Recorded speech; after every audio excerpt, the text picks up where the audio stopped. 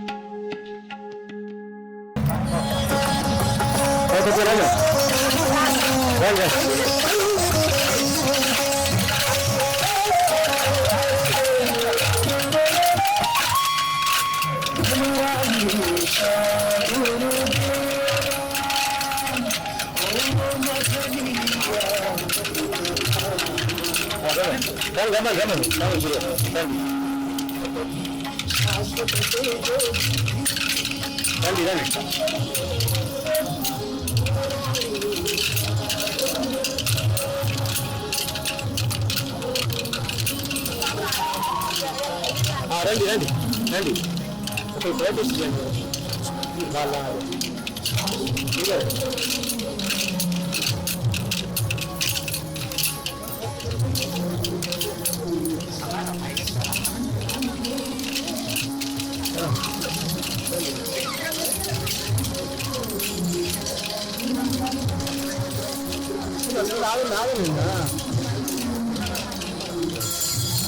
రమ్మని చెప్పండి సార్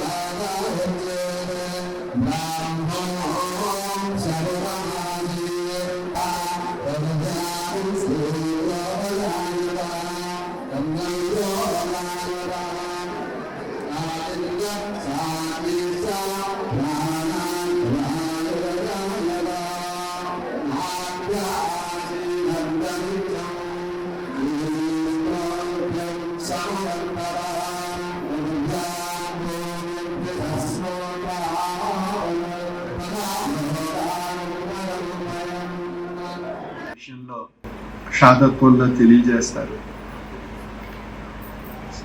సప్తం పీఠాధిపతి వారు రాజమండ్రిలో పూర్వ పీఠాధిపతులు నాకు ప్రసాదింపచేయబట్టి నా యొక్క ప్రయత్నం, నా యొక్క కృషిలో ఆ యొక్క పూర్వ పీఠాధిపతుల యొక్క అద్భుతమైనటువంటి ఆశీస్సు నాపై ప్రసాదింపచేయబట్టి ఆ కష్టాన్ని అధిగమిస్తూ ఆ బ్రహ్మ వస్తువుని నేను పొంది తరించడం జరిగింది.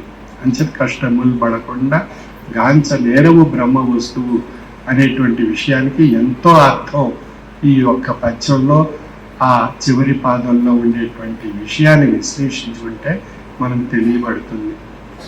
ఆ విధంగా ఏ ఒక్కరూ కూడా కష్టపడకుండా ఋషి కాలేరు.